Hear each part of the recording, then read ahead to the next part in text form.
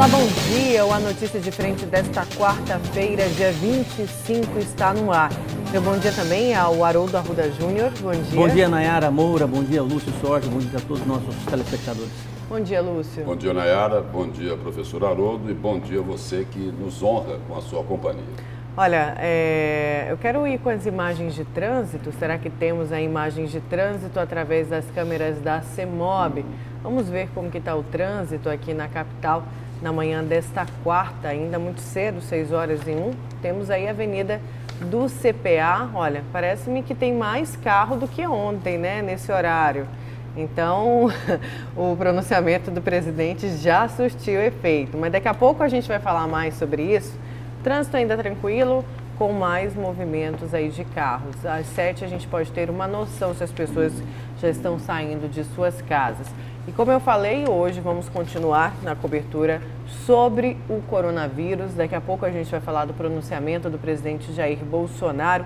Vamos falar também do setor empresarial e a gente vai mostrar a coletiva que o governador fez com o prefeito Emanuel Pinheiro e a prefeita de Várzea Grande, Lucimar Campos. E eu quero abrir falando de saúde, tá? Tem a ver com o coronavírus também, porque o maior hospital de Mato Grosso, o Hospital Municipal de Cuiabá, tem passado por falta de insumos básicos. Eu falo que tem a ver com o coronavírus porque o antigo pronto-socorro, a prefeitura destinou ele para atender justamente os pacientes com Covid-19. Esse daí é aquele dos ratos na UTI. Isso, que é o antigo, né? É o antigo.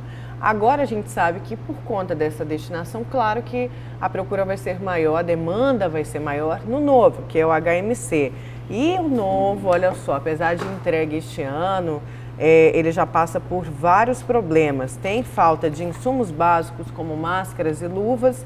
A denúncia foi feita ao GD por funcionários que temem aí pelo risco, né, dessa pandemia, até mesmo de uma contaminação. Na unidade de terapia intensiva, a recomendação é que a máscara descartável seja utilizada durante um plantão e sem troca.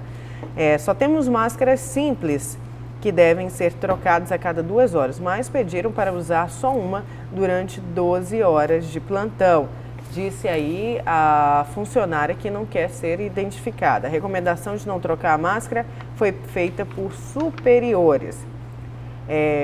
E o GD, o Portal Gazeta Digital, ouviu a Secretaria Municipal de Saúde, que afirmou que a denúncia não procede, que todos os funcionários possuem equipamentos de proteção necessários para o atendimento. Lúcio e professor Haroldo, como conter um vírus como o coronavírus incerto, a gente não sabe aí quais as causas dele a longo prazo, existe muita incerteza a respeito desse vírus. Como combater se a gente não consegue cuidar da nossa saúde? Não, a gente não consegue local. Falar a gente, porque eu, de certa forma, já há alguns anos venho falando exatamente isso, inclusive durante a crise da do filantrópico lá da Santa Casa, né? Eu me lembro muito bem que eram designados aí, o governador pelo táxi repassava 2 milhões, 3 milhões, daqui a 3 meses mais 2 milhões, 3 milhões. Você pode passar o que for, 6, 10, 15, 20, 200 milhões, porque não tem controle. Não tem controle. Você pode mandar 1000 máscaras. Mas agora resolveu. Agora resolveu. Agora tem gestão. Agora tem gestão. É bem diferente. Então é o seguinte, não resolvia porque não tinha gestão. Exatamente. O que eu estou dizendo é o seguinte, não adianta. Aí ficava a prefeitura brigando com a diretoria da Santa Casa, não se entendiam e lá na ponta o paciente é que levava a pior. Exatamente. Então aí você vai faltar sempre, porque você não tem controle daquilo que você compra. Muitas vezes você paga muito mais do que necessariamente é o valor de mercado. Isso é fato e é perceptível muitas vezes, né? E o pior de tudo isso é que o governo do estado ou a prefeitura, que seja a secretaria, encaminha o valor, a receita para aquela determinada instituição, para aquele hospital, para aquele pronto-socorro, mas não tem ninguém para fiscalizar, para saber exatamente para onde é que está sendo o dinheiro. Agora faltar, e como a Nayara colocou aí, itens básicos nesse momento, itens básicos, não é lá no supermercado, não na padaria, no bar, no restaurante, itens básicos numa unidade de saúde. É um absurdo isso. É absurdo. Quer dizer, isso daí é a completa falta de gestão. Mas o produto chega, a gase chega, o soro chega, chega. Isso não tem dúvida. Em algum lugar, né?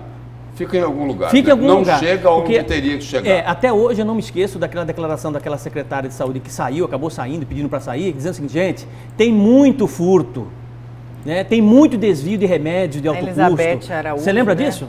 Você lembra? E essa é uma realidade. Não, ela falava também dessa falta de gestão que o Aí Lúcio depois diz. o seguinte, essa declaração da ex-secretária Elizabeth Araújo, que saiu junto com a equipe dela, é porque ela disse o seguinte, que olha, tem muita interferência política da Secretaria de Saúde. Isso. E depois a CPI da Saúde acabou comprovando, né? Sim. Que tinha interferência política, que tinha corrupção, que tinha roubalheira, não é isso? Sim. Que o seguinte, que o paciente que precisava de atendimento, a empresa A, B ou C, viu o seguinte, espera aí, mas vai dar lucro para mim?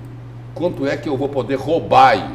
É isso, assim, não é isso? Aí terminou na prisão lá do ex-secretário de Saúde de Cuiabá, Ruarque Douglas Correia. Já está solto. Está solto, falaram que ia ter uma delação. O juiz Paulo César Sodré, juiz federal, cobrou lá o Ministério Público Federal e falou, e aí, o que é que está acontecendo com essa investigação? E o seguinte, o prazo que ele deu, me parece que já venceu. Quando ele pediu para retirar a tornozeleira do ex-secretário Ruarque Douglas Correia e de mais umas 6 pessoas aí, ele aproveitou e fez uma cobrança. Olha, em 10 dias vocês me informem o que é que está acontecendo com essa investigação, porque, olha, está demorando muito, né? Sim. E esse prazo me parece que já está vencido, né? Se cumpriram o prazo, já devem ter informado o juiz Paulo César Sodré sobre o que é que está acontecendo. Aí você vê isso na saúde, você vê que o produto chega, muitas vezes o insumo chega, que é a máscara, que é o álcool gel, que é a gaze, né?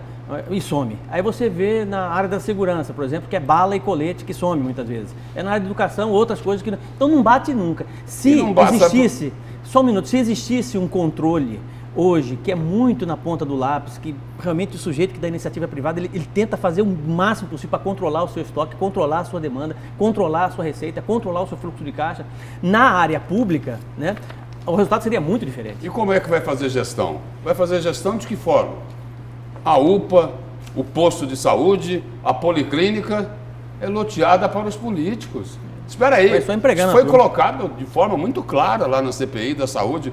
Como é que consegue se fazer gestão? Por exemplo, como é que um secretário de saúde, bem intencionado, por exemplo, o secretário atual de saúde de Cuiabá, Luiz Antônio Poços de Carvalho, é uma pessoa correta. Mas espera aí, como é que ele faz a gestão da saúde, sabendo o seguinte, que ele tem que falar com o vereador A, B ou C para tomar alguma decisão na área da saúde? Porque é o seguinte, a denúncia é que estas unidades de saúde estavam loteadas. Não é isso? Sim. Aí você pega um vereador que grita, né, e faz o seu papel de fiscalização, afastam ele. Está entendendo? Porque ele está incomodando. Caçam ele. Não pode. Caçam ele, é proibido. Não pode fiscalizar. Não pode. Você está vendo o quanto é difícil o sistema, né? E muitos vão de frente ao sistema, né? E acabam na situação como ficou o próprio vereador Abílio, né? E no caso do vereador Abílio, é o seguinte, foi até bom você tocar nesse assunto. Porque eu não vejo problema de fiscalização. Ele entrou com recurso lá, né? Sim. Ele entrou com recurso, não é isso? Sim. Mas conclui a fiscalização que eu vou entrar num outro aspecto. Lúcio, eu não vejo problema nenhum. Vamos supor que você é prefeito de Cuiabá. Não me importa se eu sou oposição, se eu sou sua situação a você. O que me importa é que a cidade que tem que estar melhor cada vez mais. A função do vereador é fiscalizar. Quanto mais fiscalizado, se eu for prefeito, quanto mais fiscalizado pelos vereadores eu for, melhor, porque a gestão será melhor ainda. Então não tem problema de fiscalização. É isso que as pessoas não entendem, não aceitam crítica, entendendo? Nenhum tipo de gestor, ou a maioria deles, não aceita crítica. Vai criticar um aumento sobre essa receita, ele vai pensar 10 vezes antes para poder argumentar contra, né? O próprio Emanuel Pinheiro. Então é importante, o contraponto, ele não é ser do contra, ele é pensar de forma diferente para somar no pensamento e fazer a coisa funcionar de forma plena. É isso que as pessoas precisam entender. Quando eu entro num embate com você aqui, eu não perco em momento algum o objeto da discussão. Nem você perde. O importante para nós é tentar achar uma solução que seja boa para todos nós e para a sociedade como um todo. Nós somos mediadores. É isso que essas pessoas não entendem. Entendeu? E aí, já que a gente falou aqui do vereador cassado Abílio Júnior, ele entrou com um recurso lá na Justiça para tentar reverter a cassação. E a decisão aí já foi tomada uma decisão aí pelo juiz, né? Porque ele pediu lá a justiça gratuita e aí o juiz está pedindo para ele comprovar, que ele não tem condições de pagar. Só que o seguinte, aí pediu para colocar na causa lá, estabeleceu o valor da causa em R$150 mil. Aí fica sempre aquela dúvida, né? A justiça é só para os ricos? Não, fica essa dúvida, não é? Fica essa dúvida. Agora, aí é o seguinte, aí há outro questionamento que se faz. O vereador pediu a justiça gratuita, o juiz quer que ele comprove se ele tem direito à justiça gratuita ou não, mas o seguinte, o mérito do pedido nem foi analisado. Ou seja, existe aí os próprios vereadores, né, lá da Comissão de Constituição e Justiça, disseram o seguinte, elaboraram lá um relatório, um parecer, dizendo que foi uma montanha de irregularidades, que a cassação do vereador seria totalmente ilegal, seria uma afronta contra a lei. E aí, não dá para a Justiça analisar isso enquanto espera a resposta do vereador cassado Abílio Júnior para saber se ele tem ou não tem condições de pagar aquela causa? Ou seja, a CCJ não tem finalidade nenhuma? Não, eu digo o seguinte, a Justiça é o seguinte, não pode analisar esta possibilidade aí grande, né, de que tenha ocorrido uma injustiça com a cassação do vereador Abílio Júnior antes de querer saber se ele pode pagar, se ele não pode pagar. Quer dizer, não dá para analisar o pedido? Deveria. Não dá para analisar o pedido? Deveria, até porque a CCJ é uma análise técnica. Sempre foi. Não estou falando de CCJ, não estou falando da Justiça Comum. Tá, comum. Estou falando da Justiça Comum, da decisão deveria. Também juiz, deveria. Não é? Olha, agora eu quero saber os destaques de vocês para hoje. Lúcio, o seu primeiro, qual que vai ser? Bom, o meu destaque aí vou falar de coisas boas e de coisas não tão boas. Na realidade, coisas ruins, né? Primeira coisa boa, atendendo aos pedidos, né, aos clamores da Energisa, né? Porque a Energisa falou, olha, aqui é o seguinte, só quem decide aqui para não cortar fornecimento é a ANEEL. Aí a ANEEL atendeu o pedido da Energisa, falou, olha, durante 90 dias não é para cortar. Né? Atendeu o pedido. Essa notícia é muito boa. A outra notícia boa. Gente, a outra notícia não é boa, ela é espetacular. Sabe por quê? A Câmara Municipal de Cuiabá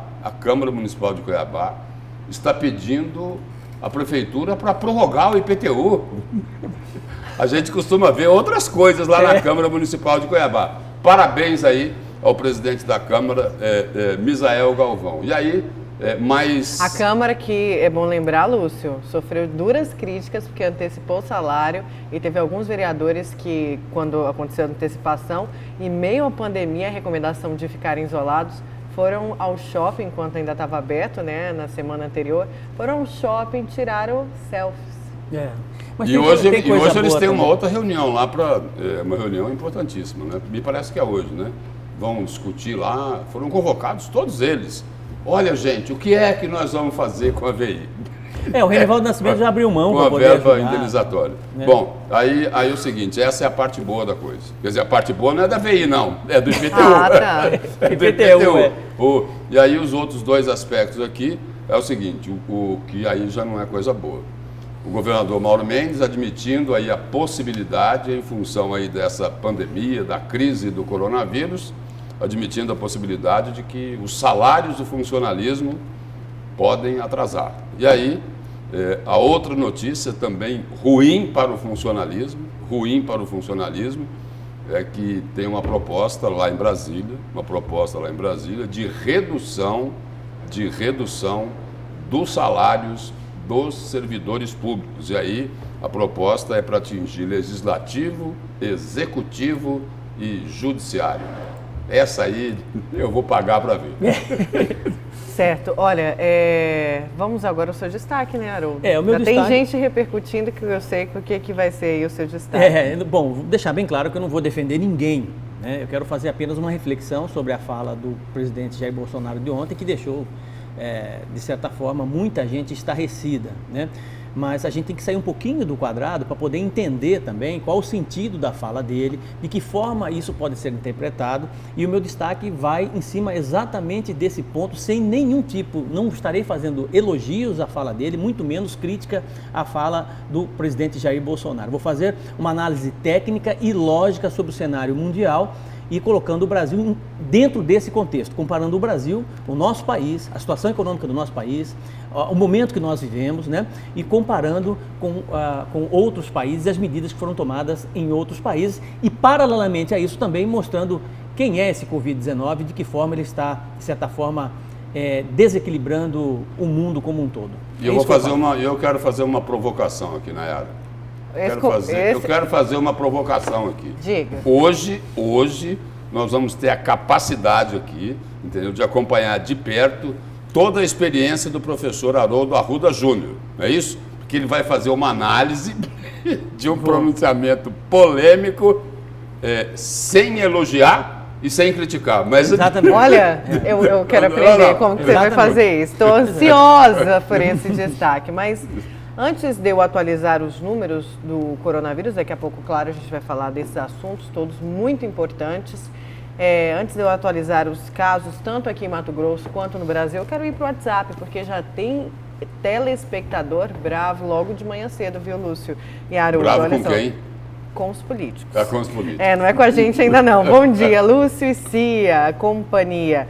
Sou morador do Distrito da Guia, ligado na notícia de frente. A rua Coronel Vicente de Figueiredo é a rua Luiz Firmino Corrêa da Costa. Toda época de eleição eles passam a máquina, colocam a estaca e dizem aos moradores, vamos asfaltar. Foi assim com todos os prefeitos de Cuiabá. E as ruas que ficam bem na região central até hoje cheia de buracos. Deixa eles virem pedir voto, que o povo esquecido do Distrito da Guia vai colocar eles para correr. É o Natan, morador da Guia. Natan bravo, então, Natan. Esse ano, né, se as eleições não forem adiadas, com certeza vai aparecer alguém aí fazendo outras promessas. Vamos a mais participação? Bom dia, o que esse presidente tem na cabeça? O que nos diferencia da China e da Itália? Eles são países de primeiro mundo e nós? Ele está indo na contramão do mundo. Para que isso? Está pensando só na economia? Vai gerar muita confusão e enfrentamento com os governadores. Que Deus nos ajude. Daqui a pouco vamos falar deste assunto. Mais uma participação. Bom dia, Nayara. Ontem eu fui no mercado.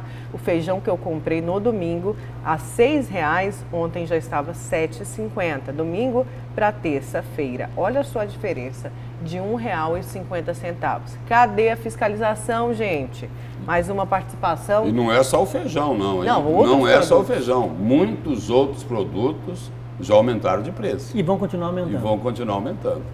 Vamos a mais uma participação via WhatsApp. Bom dia a todos, aqui é o Sidney. Essa declaração da funcionária procede. Eu tenho uma amiga que trabalha na UPA Pascoal Ramos, me disse a mesma coisa. Eles têm que usar a máscara descartável durante 12 horas. Olha só que absurdo. Então, a gente que trouxe logo no início do programa o destaque aí, a denúncia feita, na verdade, ao portal Gazeta Digital, falando do HMC. E os nossos telespectadores dizem que essa realidade também acontece na atenção básica, Lu. E só complementando essa informação, essa máscara, que os profissionais estão sendo obrigados a usar durante 12 horas, ela só poderia ser usada durante 2 horas. É verdade. Olha, só diz o seguinte, olha, tem que usar e acabou, ponto final, não tem discussão. Lúcio, agora eu tenho que colocar esse WhatsApp aqui, daqui a pouco o Lúcio vai falar disso, mas vamos aqui à tela, por favor. Mas essa ideia do IPTU não foi ideia deles, né, bancada? Eu vi vocês comentando sobre isso. Bom dia, meu nome é Manuel, aqui do Baú. Não só a gente, todo mundo pedia isso. Então a ideia partiu da população. Não, e não foi só ontem, não. Nós estamos comentando essa questão aí faz vários dias. É o seguinte, por enquanto, Cuiabá e Várzea Grande num silêncio absoluto, não é isso? As prefeituras. Olha, eu quero atualizar aqui os números do coronavírus no Brasil e em Mato Grosso. Primeiro, eu quero começar com o Brasil. O Ministério da Saúde anunciou numa coletiva de imprensa ontem que subiu para 46 o número de mortes por conta do coronavírus. Um aumento de 12 vítimas desde os dados oficiais que foi no dia anterior. São Paulo contabilizou 40 mortes por conta do Covid-19, enquanto o Rio de Janeiro, 6. Os dados oficiais apontam 2.201 casos que estão confirmados no Brasil, um crescimento de 310 casos em 24 horas. E Mato Grosso já tem 7 casos confirmados do Covid-19 e há 269 suspeitos. A Secretaria Estadual de Mato Grosso também confirmou ontem, terça-feira, que chegam a 7 o número de casos confirmados da contaminação. 5 em Cuiabá, 1 em Várzea Grande e um outro em Nova Monte Verde, que fica no norte do estado. E estão em investigação aí 269 casos suspeitos. Essa é a atualização aí do coronavírus, números nacionais e também locais. Haroldo e Lúcio. Tem um detalhe importante, que você olha esses números, você fica estarrecido, fala, meu Deus, mais 1, mais 2, mais 3. No ano passado morreram 750 pessoas com H1N1. A gripe, a H1N1, mata o dobro. Mata o dobro do Covid-19. O dobro, né? Nos Estados Unidos foram 75 mil pessoas mortas no ano passado com H1N1. Esse ano a previsão é muito menor que isso, é metade disso praticamente nos Estados Unidos. Então o grau de letalidade do H1N1 é o dobro do grau de letalidade do Covid-19. Mas existe um desconhecimento muito grande a respeito desse vírus. As pessoas não sabem o que pode acontecer, o que vai ser da população, o que causa a longo prazo. Por isso, o pânico geral, por conta do H1N1, tudo bem, mata muito mais, mas tem vacina, tem tratamento, só que tem vacina, não é, professor? Pois é, tem vacina. E que é de graça para o grupo prioritário aqui no Brasil. Tá, eu vou fazer uma pergunta para vocês dois. De saúde? De saúde, né? Quantas pessoas estatisticamente morreram já no mundo, tá, que estavam bem de saúde? Uma saúde normal, que não tinha nenhum tipo de deficiência, que morreram com Covid-19? Aí é o seguinte, aí alguém pode devolver o questionamento. E aí? Não. Os velhinhos podem morrer? Não é Quem isso. Quem tem diabetes pode morrer? Responde minha pergunta.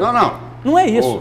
Ninguém morreu. Essa é a questão. Ninguém morreu. Todos que morreram até agora tinham algum tipo de deficiência. Ou tinha diabetes, ou tinha pressão alta. Eu não tenho essa informação, porque nem científica deve ter esse levantamento. Ora, eu estou falando. Eu não vou passar um dado aqui que eu não vou saber. O que eu vi foi. Eu não acredito que tenha isso. Eu não acredito que não tenha uma única pessoa, 2, 3, 4, 5, que não tenha morrido. Ó, pegando essa manchete aqui, ó. Mulher indígena morre em UPA com suspeita de coronavírus. Eles não fizeram o laudo ainda para saber do que ela morreu. Tá aqui. Segundo, morreu de coronavírus, né? Tá no GD. Isso. Pela regularidade, pelo hábito da morte causada pelo Covid-19, ela tinha outros problemas. Não só a questão do Covid-19. Não foi só o vírus que matou essa mulher. É um caso. Agora, tá entendendo? Agora então, é o seguinte, nós não podemos ignorar, né? Nós não podemos cometer a mesma irresponsabilidade dizendo que o coronavírus não é tão grave assim, não é? Que é uma gripezinha, não é isso? Que é um resfriadinho. Nós não podemos fazer isso, né? Não podemos o seguinte, não podemos colocar pânico na população. Não. Ninguém pode fazer isso. Temos que pedir calma e tranquilidade. Nós estamos fazendo isso daqui faz tempo. Na semana passada eu fiz um comentário no Jornal do Meio-Dia exatamente sobre isso. Agora, não pode se ignorar a gravidade do problema. E aí é o seguinte, aí as providências também que os governos tomam, elas têm que ter equilíbrio, né? Sim, tem que ter equilíbrio. Não pode cometer nenhum tipo de excesso. Porque tem um temor hoje muito grande do que é que vai acontecer com a economia. Sim, a gente precisa conhecer alguns números para poder analisar e comparar o Covid-19 com outras doenças, né? Quer ver, tem um dado bastante interessante que não existe, de certa forma, comoção da mídia, né? Por conta disso, e todo ano esse índice só vem aumentando, que é a morte de pessoas por tuberculose no mundo. 125 mil já morreram esse ano.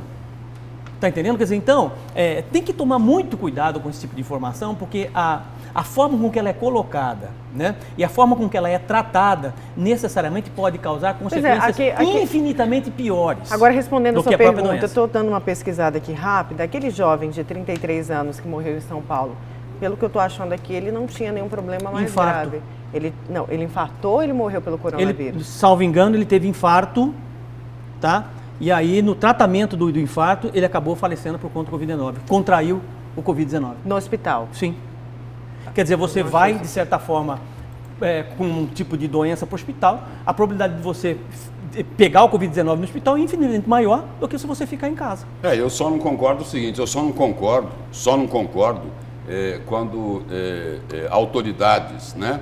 E todo mundo sabe de quem eu estou falando também, vem a público para querer o seguinte, para querer censurar não, para querer condenar a imprensa brasileira. Esse é o excesso. Não, querer condenar a imprensa brasileira. Eu só vou dar um dado aqui, um dado. Ontem, o presidente Jair Bolsonaro, no pronunciamento dele, ele fez lá um elogio rasgado ao ministro da Saúde, Luiz Henrique Mandetta, que é o seguinte, que tem conquistado aí uma aprovação gigantesca da população brasileira pela forma como ele vem se comportando na administração dessa crise do coronavírus. Então, o presidente Bolsonaro elogiou o ministro da Saúde, Luiz Henrique Mandetta, pelo trabalho que ele vem desempenhando. E aí o seguinte, a imprensa é culpada pelo fato do ministro Luiz Henrique Mandetta ter dito o seguinte, olha, por causa da crise do coronavírus, em abril, no mês que vem, na semana que vem, a partir da semana que vem, o sistema de saúde do país pode entrar em colapso. E aí é o seguinte, e aí vão condenar a imprensa por divulgar uma declaração do ministro da Saúde do governo federal, que é elogiado pelo presidente da República, e aí é por isso que a imprensa brasileira está sendo condenada? Espera aí, devagar, não é por aí. Olha, eu quero ir mais cedo para o intervalo, porque a gente tem muita coisa ainda para falar aqui no A Notícia de Frente, os nossos telespectadores também estão participando aqui em peso. Daqui a pouco a gente volta com o WhatsApp. Vamos para o intervalo então, daqui a pouco a gente continua com A Notícia de Frente. Você pode participar pelo WhatsApp aí no cantinho da sua tela. A gente já volta.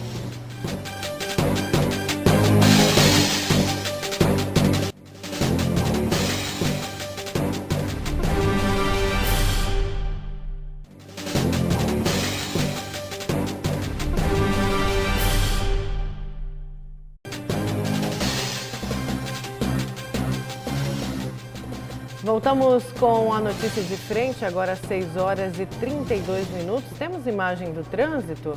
Imagens do trânsito aqui da capital, através das câmeras da CEMOB. Temos imagens?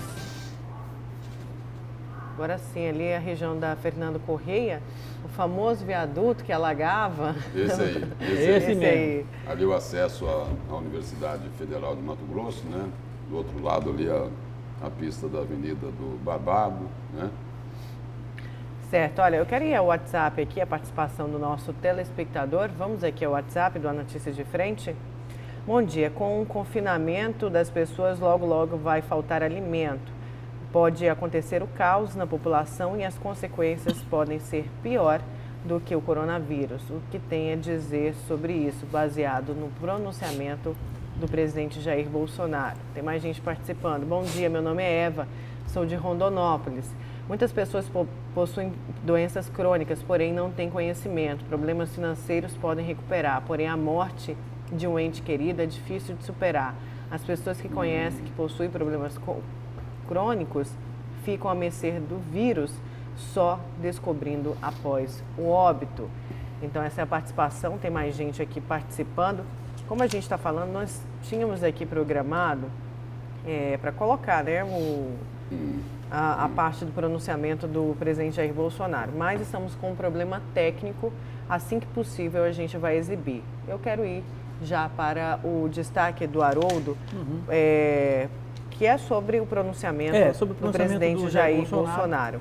Eu quero só destacar antes, Haroldo, de você falar, eu quero colocar aqui uns trechos, tá? Já que a gente não tem como colocar o vídeo, eu quero destacar uns trechos aqui do pronunciamento. Ele, como disse o Lúcio no início, elogiou o ministro Henrique Mandetta, falou, nosso ministro, abre aspas, fala do presidente Jair Bolsonaro. Nosso ministro da Saúde reuniu-se com quase todos os secretários de saúde do estado para que o planejamento estratégico de enfrentamento ao vírus fosse construído. E desde então, o doutor Henrique Mandetta vem desempenhando um excelente trabalho de esclarecimento e preparação do SUS para o atendimento de possíveis vítimas. Mas o que tínhamos que conter naquele momento era o pânico, a histeria e, ao mesmo tempo, traçar estratégias para salvar vidas e evitar o desemprego em massa. Assim fizemos, com tudo e contra todos. Continua o presidente falando no pronunciamento. Grande parte dos meios de comunicação foram na contramão, espalharam exatamente a sensação de pavor, tendo como carro-chefe o anúncio de grande número de vítimas na Itália, um país com um grande número de idosos e com um clima diferente do nosso. O cenário perfeito, potencializado pela mídia para que uma verdadeira histeria se espalhasse pelo Brasil. O presidente continua falando: o vírus chegou, está sendo enfrentado por nós e brevemente passará. Nossa vida tem que continuar. Os empregos devem ser mantidos. O sustento das famílias devem ser preservados. Devemos sim voltar à normalidade. Algumas poucas autoridades estaduais e municipais devem abandonar o conceito de terra arrasada, a proibição de transporte, o fechamento de comércio e o confinamento em massa. O que se passa no mundo tem mostrado que o grupo de risco é de pessoas acima de 60 anos. E por que fechar escolas? Raros são os casos fatais de pessoas sãs com menos de 40 anos de idade. 90% de nós não teremos qualquer manifestação caso se contamine. E aí o presidente termina falando de que o vírus, sem pânico, sem histeria, né? Ele fala de que o vírus também não passa, que ele é um atleta e por isso, se pegou o vírus, ele não vai saber, e que o vírus não passa aí de um resfriado, nada sentiria ele fala, quando muito acometido de uma gripezinha ou resfriadinho, como disse aquele famoso médico daquela famosa televisão. E ele encerra falando que o FDA americano e o Hospital Albert Einstein, em São Paulo, buscam a comprovação da eficácia da cloroquina no tratamento do Covid-19. Então, trechos... agora eu sou avisada de que está tudo ok, então vamos colocar aí no ar, por favor. Vamos colocar o pronunciamento. Desde quando resgatamos nossos irmãos em Wuhan, na China, numa operação coordenada pelos Ministérios da Defesa e Relações Exteriores, surgiu para nós o sinal amarelo. Começamos a nos preparar para enfrentar o coronavírus, pois sabíamos que mais cedo ou mais tarde ele chegaria ao Brasil. Nosso ministro da Saúde reuniu-se com quase todos os secretários de saúde dos estados para que o planejamento estratégico de enfrentamento ao vírus fosse construído. E desde então, o doutor Henrique Mandetta vem desempenhando um excelente trabalho de esclarecimento e preparação do SUS para atendimento de possíveis vítimas. Mas o que tínhamos que conter naquele momento era o pânico, a histeria e, ao mesmo tempo, traçar a estratégia para salvar vidas e evitar o desemprego em massa. Assim fizemos, quase contra tudo e contra todos. Grande parte dos meios de comunicação foram na contramão. Espalharam exatamente a sensação de pavor, tendo como carro-chefe o anúncio do grande número de vítimas na Itália. Um país com grande número de idosos e com um clima totalmente diferente do nosso. O cenário perfeito, potencializado pela mídia, para que uma verdadeira histeria se espalhasse pelo nosso país. Contudo, percebe-se que de ontem para hoje, parte da imprensa mudou o seu editorial. Pedem calma e tranquilidade. Isso é muito bom. Parabéns, imprensa brasileira. É essencial que o equilíbrio e a verdade prevaleçam entre nós. O vírus chegou, está sendo enfrentado por nós e brevemente passará. Nossa vida tem que continuar. Os empregos devem ser mantidos. O sustento das famílias deve ser preservado. Devemos, sim, voltar à normalidade. Algumas poucas autoridades, estaduais e municipais, devem abandonar o conceito de terra arrasada, a proibição de transportes, o fechamento de comércio e o confinamento em massa. O que se passa no mundo tem mostrado que o grupo de risco é o das pessoas acima dos 60 anos. Então, por que fechar escolas?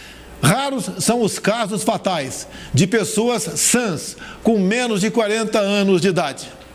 90% de nós não teremos qualquer manifestação caso se contamine.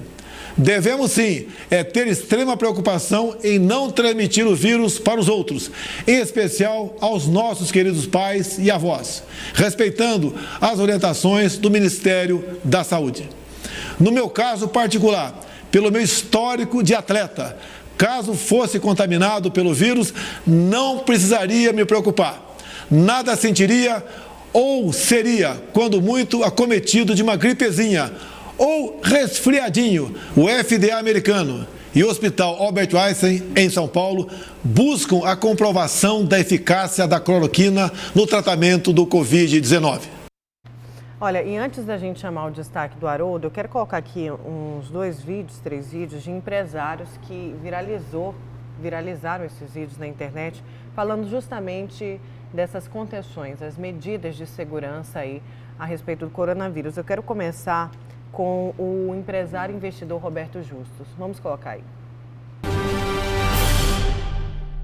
Então eu venho aqui esclarecer rapidamente para vocês os meus pontos de vista de uma forma um pouco mais didática, porque muita gente criticou, não entendeu. Falaram que eu estou zombando dos mortos, que eu não dou importância, que eu só penso na parte econômica. E não é nada disso, é muito pelo contrário. Então vamos aos fatos rapidamente. Eu falo muito de estatística. Se nós olharmos para o número de casos do mundo, são 300 mil casos de coronavírus no planeta inteiro. São 15 mil mortos. É uma pena que não houvesse nenhum morto. Ninguém consegue lidar com pessoas morrendo. É muito triste, não tenho dúvida disso. Mas 15 mil mortos para 7 bilhões de habitantes é um número muito pequeno. No Brasil, nós temos aqui poucos casos ainda e temos, infelizmente, 25 mortos. Mas 25 mortos para 210 milhões de habitantes, de novo, é um número muito baixo. Significa o que eu quero dizer com isso? Eu quero dizer que nós estamos dando um tiro de canhão para matar um pássaro. Nós estamos exagerando na dose. Eu nunca disse que não tem que tomar cuidado, mas se a gente analisar, nós estamos parando a economia brasileira, nós estamos destruindo o que vinha se recuperando. Chamar mais um aí, que é o Alexandre Guerra, sócio dos restaurantes Girafas, empresário aí. Vamos colocar o vídeo dele. Qual é o custo? Fala para mim. Qual é o custo do que estamos vivendo? Daqui a 3, 4 meses, quando essa crise inteira acabar, qual vai ser o custo para você? Porque se você pensa que o custo vai ser pessoas infectadas, mortes em razão desse vírus, esse não vai ser o maior custo para a população brasileira. Porque isso está sendo tratado. Agora, o que não está sendo tratado, nem conversado, é o custo que as medidas remediadoras vão ocasionar para as pessoas brasileiras. Qual que é o custo para você? Essa semana, pessoal, a gente teve ações que nunca aconteceram na história do Brasil. A gente vive em regime de guerra. A gente vive algo que a gente nunca viveu. As pessoas precisam ter consciência disso, principalmente nós empreendedores. E outros empresários também se manifestaram, como o Júnior Durski, que é da Rede Madeiro. E antes de ir para o comentário do Haroldo, eu quero colocar aqui na tela, depois do pronunciamento presidencial, um dos grandes empresários e investidores, aí, o João Amoedo, que no segundo turno apoiou Jair Bolsonaro. Ele tuitou assim que o pronunciamento se encerrou na rede de cadeias de televisão. Vamos ao Twitter do João Amoedo? Está um pouquinho grande a fonte, eu vou diminuir aqui para que todo mundo consiga ler. Deixa eu diminuir aqui a fonte desse Twitter, será? O pronunciamento do presidente é inacreditável. Temos um quadro muito grande e incerto pela frente. Ele deveria vir a público amanhã, ou seja, hoje, apresentar um plano, mostrar a gravidade da situação, demonstrar equilíbrio e bom senso, ou renunciar ao cargo. E tem aqui mais duas opiniões, depois também desse pronunciamento estranho, né, do presidente Jair Bolsonaro, e um é do Davi Alcolumbre, né? Reafirmamos e insistimos, não é momento de ataque à imprensa e a outros gestores públicos. É momento de união, de seriedade e de equilíbrio. A nação espera do líder do executivo, mais do que nunca, transparência, seriedade e responsabilidade. Por falar em transparência, estão cancelando por decreto a lei de acesso à informação. A partir de agora, de repente, quando se pedir uma informação que é controlada lá pela Controladoria Geral da União, o governo responde se quiser responder. E aí é o seguinte, aí tem o coronavírus, não é? Aí a crise é brava, né? Aí ela é grave, né? Que pode, inclusive, deixar de ter a transparência necessária. Porque aí o governo vai responder o que ele quiser responder nessa questão aí de acesso à informação. Então, o coronavírus, para uma coisa, ele é uma gripezinha. Para outra, ele é muito grave, né? Então, era só para fazer esse registro aí. A gente vai para o destaque do Haroldo, mas eu quero começar com uma expectativa pergunta. Mesmo, Estou né? na expectativa. A hora que ela tá... Eu quero começar com uma pergunta. Tenho certeza, você não, porque você faz parte dos serviços essenciais da imprensa, tem que informar, mas sua família, sua mãe, seus pais devem estar confinados, né? Sem devem dúvida. estar Principalmente isolados. meus pais, né, que têm acima de 60 por conta anos. do grupo de risco. Você acredita, você enxerga dessa forma que o presidente zombou com os brasileiros que estão isolados, que estão fazendo a sua parte, relativizando aí a vida de milhares de brasileiros, inclusive dos idosos?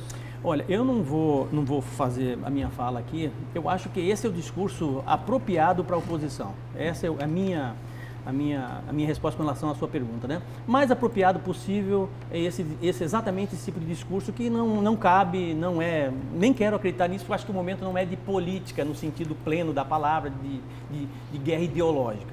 Acho que o momento agora é de a gente achar uma solução.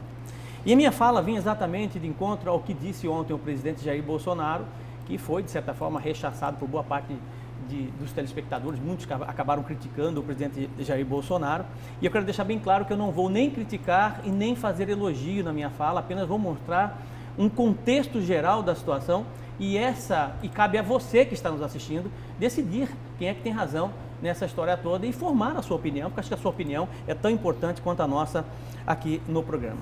Ponto 1. Pandemias sempre existiram, né? Desde 1918, por exemplo, você teve a pandemia da gripe espanhola, que matou 50 milhões, 100 milhões de pessoas, e todas essas pandemias, né, que acometeram a humanidade, imediatamente aparece a figura do lockdown. O que é o lockdown? Lockdown é uma palavra americana, né, que você tem uma construção de isolamento. Você pode ter um lockdown horizontal e você pode ter um lockdown vertical. O horizontal é esse que está acontecendo no Brasil, em que você isola todo mundo e ninguém sai de casa, vamos tentar combater o vírus dessa forma. E o vertical não. O vertical é uma ação cirúrgica, onde você vai em cima das pessoas que realmente têm uma margem maior de risco de serem acometidas pelo vírus. Idosos, pessoas com doenças crônicas, com baixa imunidade, enfim. O que acontece hoje? Nós temos um presidente da República que pensa, por isso que existe muita discussão, muito debate com relação à fala do presidente Jair Bolsonaro, né? Você tem cabeças de governantes de um lado e cabeças de médicos do outro. Se de um lado você tem a cabeça de Donald Trump, você tem a cabeça de Jair Bolsonaro, né, que são governantes preocupados, estão preocupados, eu não tenho dúvida disso, reconhecem, de certa forma, o problema que isso pode ocorrer com o país, principalmente economicamente. A cabeça dele está pensada nas questões econômicas, enquanto a OMS, a CDC nos Estados Unidos estão preocupados exatamente com a questão humana, né? Quantas pessoas vão morrer? Então são duas cabeças pensando ao mesmo tempo num problema só. E a única saída para isso é muito importante, é as pessoas entenderem que são países diferentes, contextos diferentes, climas diferentes, né? E que muda completamente o contexto. Veja bem você, olha que situação. Nos Estados Unidos, na Itália, por exemplo, na Europa, por exemplo, né? A média do salário das pessoas mais pobres é em torno de $400. $400. Né? Aqui no Brasil é $400. Na Europa, nos Estados Unidos, é $2.000. Começa por aí. Então essas pessoas têm mais capacidade de sobreviver por mais tempo, caso falte dinheiro. Isso é um ponto importante. 6% da população brasileira tem poupança. A grande maioria não tem poupança. Ou seja, vai viver do quê? Né? Ponto 3. Em média, de 25 a 27 dias, uma empresa de pequeno e médio porte tem capacidade, tem fluxo de caixa para sobreviver. Após 25, 27 dias, ela quebra. Se ela quebra, que é o que está acontecendo agora, se ela quebra, ela demite um monte de gente. Com o maior número de desempregados, você tem maior violência no país. Né? Resumindo, o Brasil não suporta um lockdown horizontal, que é isolamento por completo. Não tem estrutura econômica para isso, como tem na Europa e nos Estados Unidos. Lá você tem tomada de crédito mais rápido, lá você tem uma reação mais rápida do governo. Aqui não, aqui é muito diferente, é um país muito mais pobre. O que eu defendo? Você pode ter uma ação combinada. Nós já fizemos o lockdown horizontal, certo? Isolou todo mundo, beleza. Parabéns, essa foi decisão governamental, não existe problema nisso. Decisão governamental, assertiva ou não, na decisão, na cabeça das pessoas que comandam esse país, foi exatamente isso que eles decidiram. Paciência. O que eu defendo é que, a partir de determinado momento, porque essas pessoas que hoje estão no isolamento, vocês vão perceber, isso é natural, elas não vão conseguir se manter no isolamento, Nayara. Essa é a minha grande preocupação. Você se ficar no isolamento uma semana, ainda vai. 10 dias o povo não vai aguentar, 15 dias não vai aguentar, começa a sair, começa a dar para um lado, começa a dar para o outro, quer dizer, começa de certa forma desestruturar aquilo que foi ordenado pelo próprio governo. Está entendendo? Quer dizer, e paralelamente a isso você vê as empresas quebrando, uma empresa quebrando atrás da outra, em cima de um vírus que de certa forma atinge uma parcela pequena da população brasileira ou da população mundial. Se você fizer uma análise geral, de 0 a 9 anos, ninguém morreu no mundo. De 10 a 29 anos de idade, 0,2%. De 40 a 49 anos de idade, 0,45%. De 50 a 59 anos de idade, 1,3%. 70 anos acima, 8%. E 80 anos acima, 14,8%. Ou seja, tem 3 grupos aí que realmente são as pessoas que não só são contagiadas com o coronavírus, mas tem outro tipo de deficiência, né? Causando exatamente essa estatística alta que nós presenciamos hoje. Então, o que pode ser feito agora? O que eu acho que poderia ser feito agora? Né? Você, de certa forma, liberar, fazer uma tratativa um pouco mais cirúrgica, pegar os idosos, que é o que a gente chama de lockdown vertical, tá? Pegar os idosos, pegar as pessoas que estão na área do grupo de risco, pegar as pessoas que têm doenças crônicas, né? E fazer ação cirúrgica e liberar a sociedade para viver de forma normal, para poder movimentar novamente a economia. Que essas empresas aqui, quebrando, vão causar um dano infinitamente maior do que necessariamente o vírus. Essa é a minha opinião e a leitura que eu faço da situação, uma leitura técnica, porque se você olhar o cenário hoje do Brasil, comparado com outros cenários, você pode ter até um lockdown horizontal em países de grande porte, onde a sociedade é muito mais rica. O Brasil é um país pobre e não suporta esse tipo de isolamento por completo de 100%. É preciso que as empresas voltem a trabalhar e o governo, com competência, faça o isolamento vertical, né, separando as pessoas que realmente estão dentro do grupo de risco. Se não fizer dessa forma, nós já estamos entrando numa crise econômica praticamente irreversível.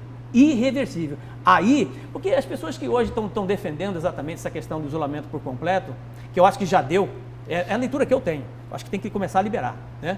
Tá? Começar a estudar uma forma, uma estratégia para fazer essa coisa combinada, porque está no plano de excesso. Está no plano de excesso, tem que fazer a coisa de forma combinada, né? Se não fizer dessa forma, nós teremos problemas muito maiores nos próximos dias, sem dúvida alguma. Professor. Esse é o meu comentário, a leitura que eu faço, e já faço um alerta, né? Eu acho que na fala do presidente da República, ele comete excessos mesmo, né? Ele infelizmente acaba fazendo algumas analogias completamente desnecessárias, mas a essência do pronunciamento dele é um alerta. É um alerta para este país, tá? Para a economia desse país nos próximos meses, teremos dias muito difíceis caso essas empresas não sejam liberadas. Simples assim. Professor, o senhor colocou aí que foi uma análise técnica, não é? Em cima de números. Né? Agora é preciso também registrar que o senhor utilizou uma boa parte dos argumentos do presidente Jair Bolsonaro. Eu também concordo, que precisam ser feitos ajustes. Agora, se de um lado não pode se criar pânico, de outro não se pode ser irresponsável. Claro. Ainda mais dependendo do cargo que a pessoa ocupa.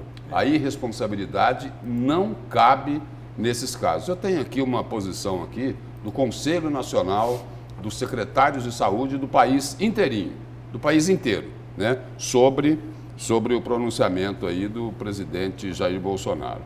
Aí é o seguinte: não podemos permitir o dissenso e a dubiedade de condução do enfrentamento à Covid-19.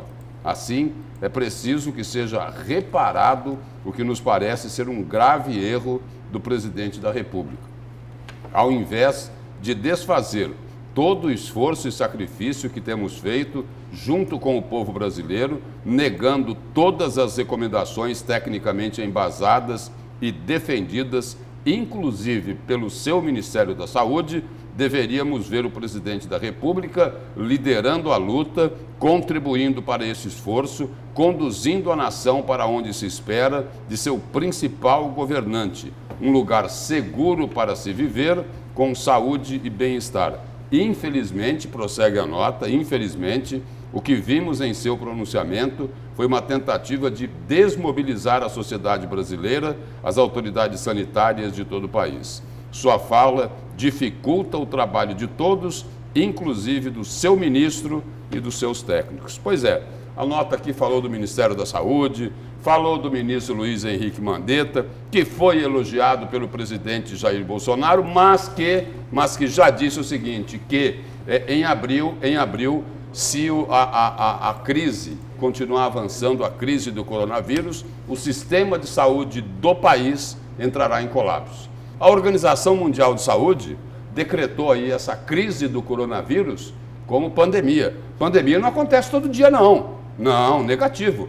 A Organização Mundial de Saúde... Essa geração que está viva ainda não viu uma decreta pandemia todo ano, não é isso? O professor, quando foi citar o exemplo aqui, ele citou lá a gripe espanhola, 1918. Então, não é todo dia que a Organização Mundial de Saúde decreta uma pandemia. A OCDE, a Organização lá de Cooperação para o Desenvolvimento Econômico, enviou uma carta ao ministro da Economia, Paulo Guedes, dizendo o seguinte: olha, essa crise aí do coronavírus,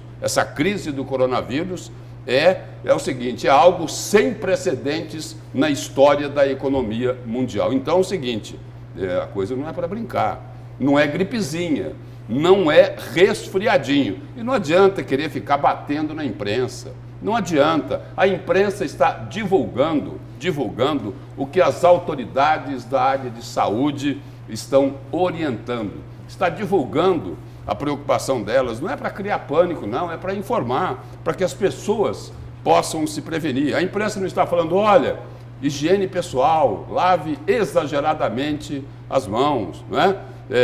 No contato com as pessoas, fique aí uma distância segura de 1,5 metro a 2. Não adianta dizer aqui, olha, na frase do presidente lá, percebe-se que de ontem para hoje parte da imprensa mudou o seu editorial, pedem calma e tranquilidade, isso é muito bom. Olha, não adianta o presidente da República querer ficar brigando, fazer do governo dele uma batalha contra a Rede Globo, contra agora o governador de São Paulo, João Dória. Não dá para misturar política, entendeu? E política eleitoral com esse problema que está aí hoje, que é gravíssimo, Então é o seguinte, não pode ter pânico, tem que ter calma, tem que ter tranquilidade e ninguém pode ser irresponsável. Lúcio, rapidinho, professor, só quero destacar que nesse momento não existe partido para a imprensa. Exatamente. O problema é que as pessoas falam assim, mas ela é de esquerda, ele é de direita. Não existe isso. Nesse momento, a gente reporta o que a Organização Mundial de Saúde,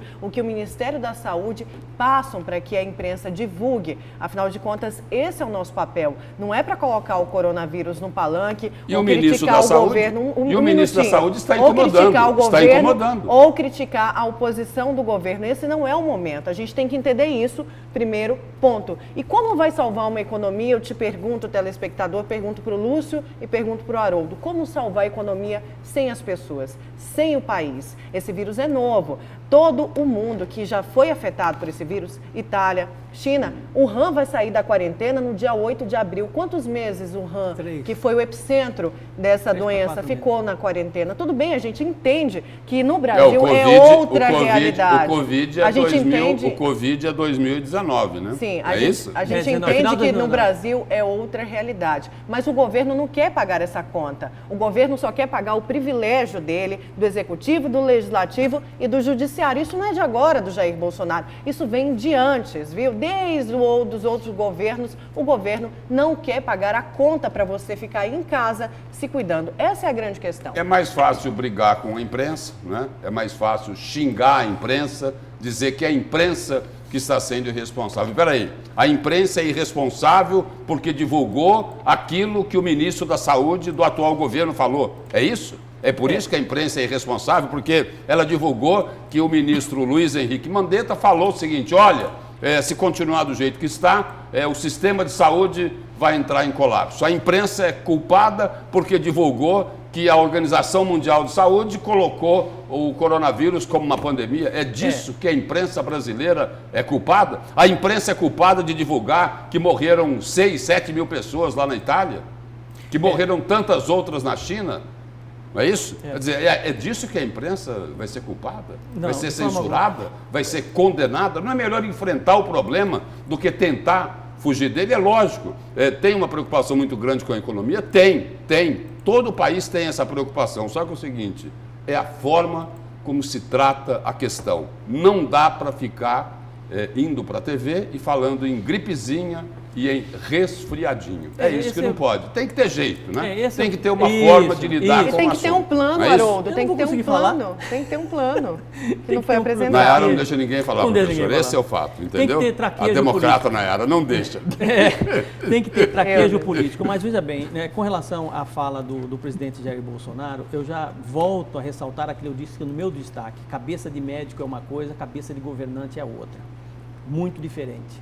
Muito diferente mesmo. Então, o que o presidente da República deveria estar fazendo antes mesmo de ter feito esse pronunciamento, que eu acho que cometeu, sem dúvida alguma, alguns excessos, apesar da essência ter uma certa verdade, né?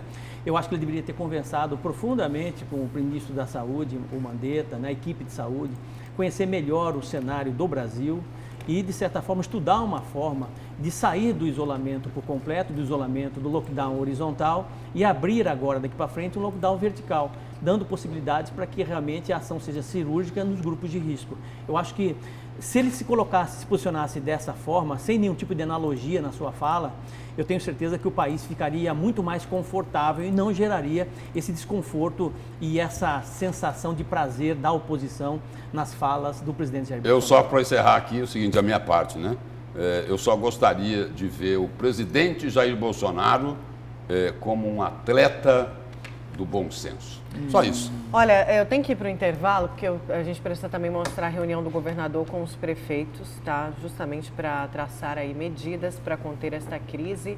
E a gente volta então com a notícia de frente. Fica ligadinho que a gente vai falar disso. Medidas também da energia elétrica, da Energisa, que não vai poder cortar aí a energia do consumidor. Daqui a pouco então, a gente fala disso. É justamente isso que você cobra aqui, autônomo, que você cobra dos governos. Quem vai pagar a minha conta? Quem vai deixar meu IPTU para o segundo semestre? A gente vai falar disso daqui a pouco. Agora, às 7h03, a gente já volta com a notícia de frente.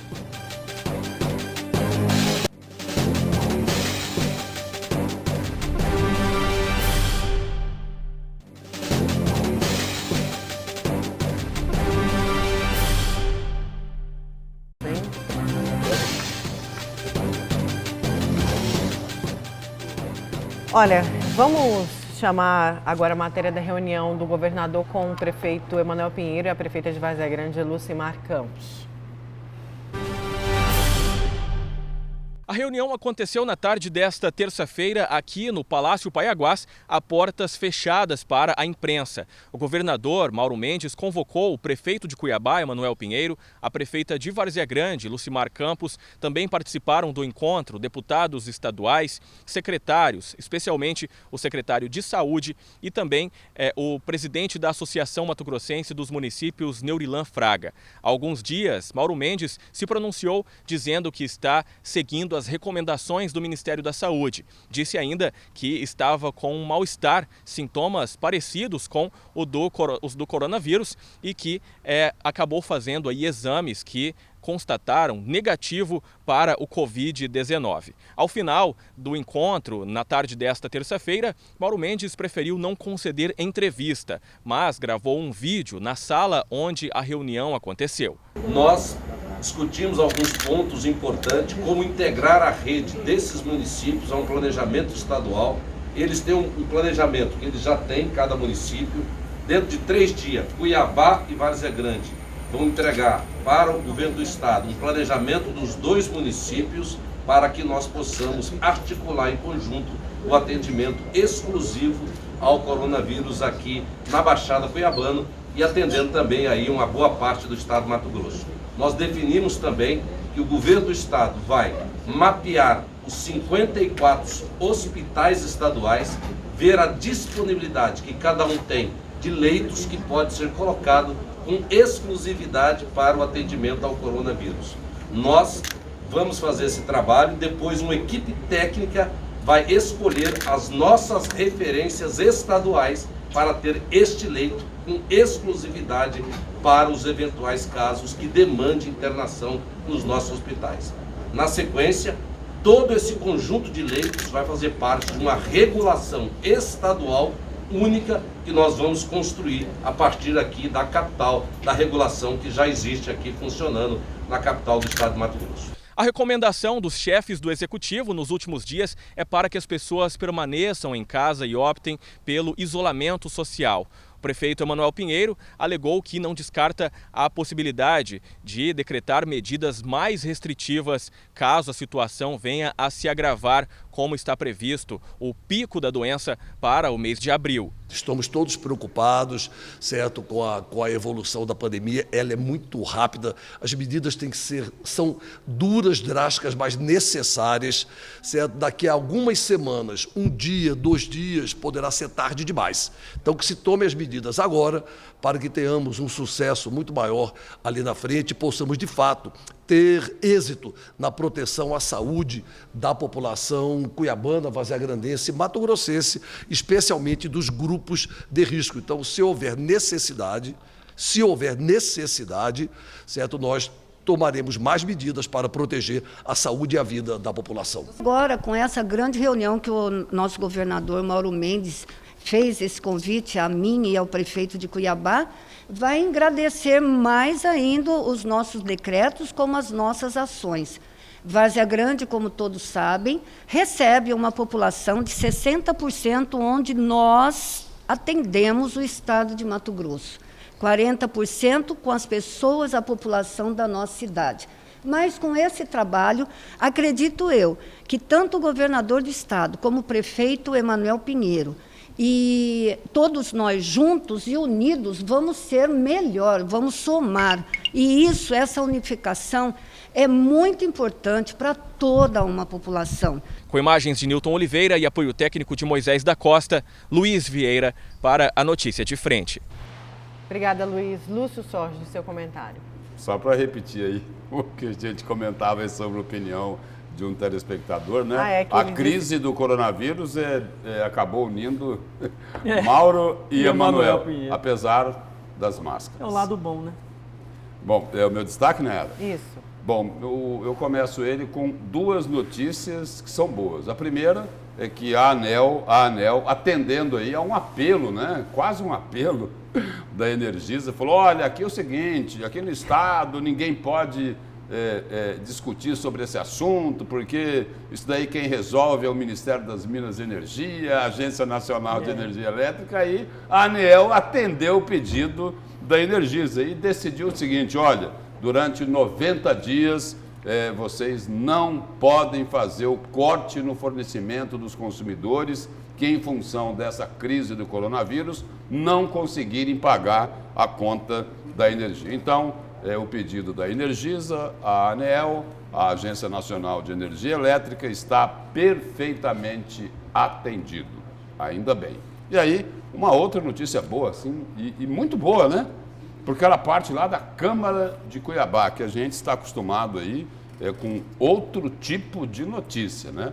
E as notícias é o seguinte, que normalmente costumam indignar a sociedade, é que a Câmara está sugerindo aí a prorrogação do IPTU.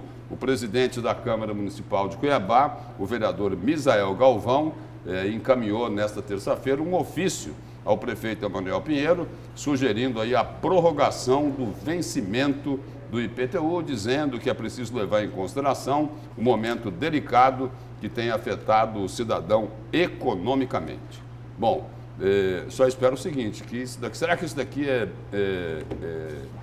jogo combinado com o prefeito Emanuel Pinheiro? Mas se for jogo combinado, mesmo assim não tem problema, porque aí vai beneficiar a população. Agora a prefeitura, importa, né? Agora a prefeitura tem que se manifestar, né? Não só a prefeitura de Cuiabá, a prefeitura de Várzea Grande também tem que se manifestar. Na hora de fazer discurso, eles são craques, não é? Agora vamos ver na hora de tentar ajudar a população. E agora o seguinte, duas notícias que não são boas, principalmente para o funcionalismo. Primeiro, aqui no Estado, né? O governador Mauro Mendes